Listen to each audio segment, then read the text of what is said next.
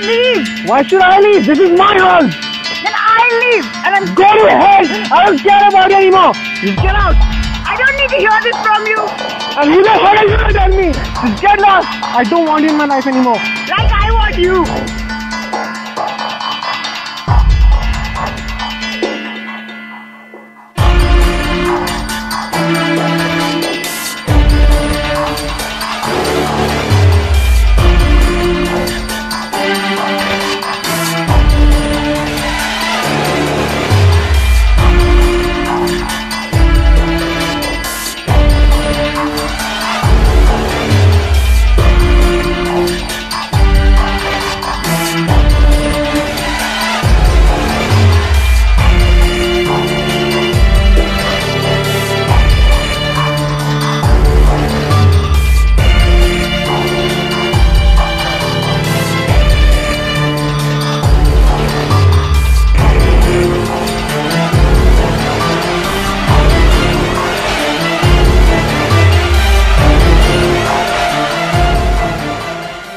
Most important aspect of divorce in India is the law related to divorce is different among the different religions.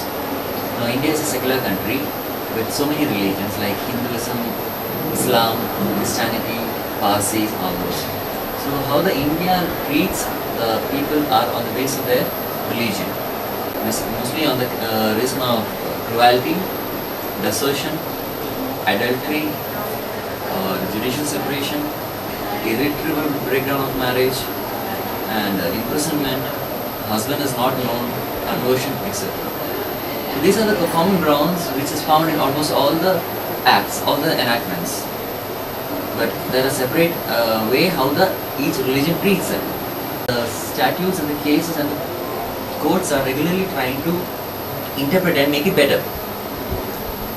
Some of the amendments are right now on this are proposed by the parliament, where they say that woman must get maintenance.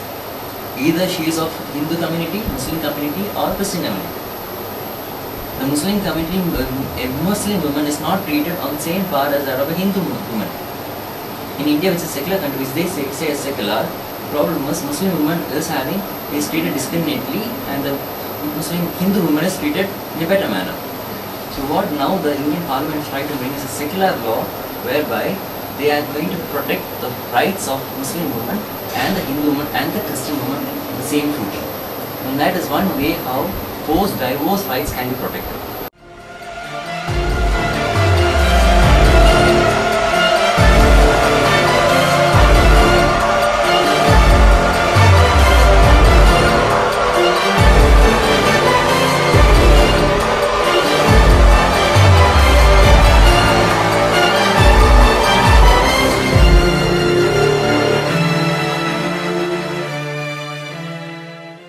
Since your question is basically on children and the impact of divorce on them, to me, the trauma of a child living in a difficult relationship and constantly facing a kind of a, dynamics in the family will be so different that the trauma can be quite a lot. So if the parents can divorce and have an amicable relationship and give gender roles to the child, divorce is a good option for that person. But also you have to also think of the long-term impact. You can say, okay, immediately now there is peace in the family, so the child is protected and all that. But the long-term impact of this is many times what happens, the parent who has the sole custody takes over the child completely. In which case the child doesn't get the other gender role. Even if it is comfortable in this situation, because in any child to be nurtured needs both the parents. And the parents are needed not because it's a father and a mother, because the child sees gender roles, a masculine role and a feminine role.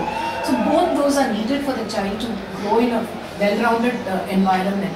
In many divorce cases, the children start holding themselves responsible. They start feeling that whatever happened wrong in this marriage has happened because of me. So understand that younger the child, the universe revolves around. As parents, we make sure that everything is about the child. We take care of the child so dependent on the parent that the child thinks everything is about me, so anything that goes wrong is also because of me. So the child, there is a stage in life the child may go through blame, and that can lead to a lot of trauma in the child. And many children find it very difficult to establish strong relationships later unless and until there is a very clear movement and work as far as the parent is concerned in that area and shoring up the child's confidence. The factors that normally one sees, at least as a counselor, because we see a lot of couples in conflict, and couples in conflict over some very small issues. It could be issues of parenting, it could be a disagreement with one another's parents, and so in-laws, living arrangements, finances and investments. In a very cutthroat world, all these issues become a big and are various factors of divorce.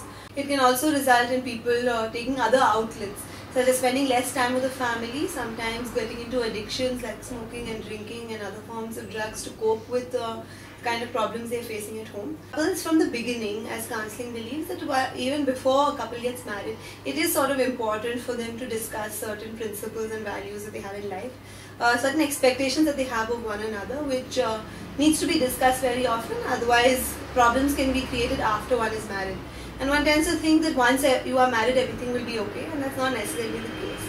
Marriage counselling basically works towards, it can be various stages, either when a couple is before they're getting married, then it's a form of premarital counselling to discuss their expectations, what are their futures and their dreams that they have for themselves and as a couple together. Counselling can be done at a more further stage when there is a chance that separation is necessary.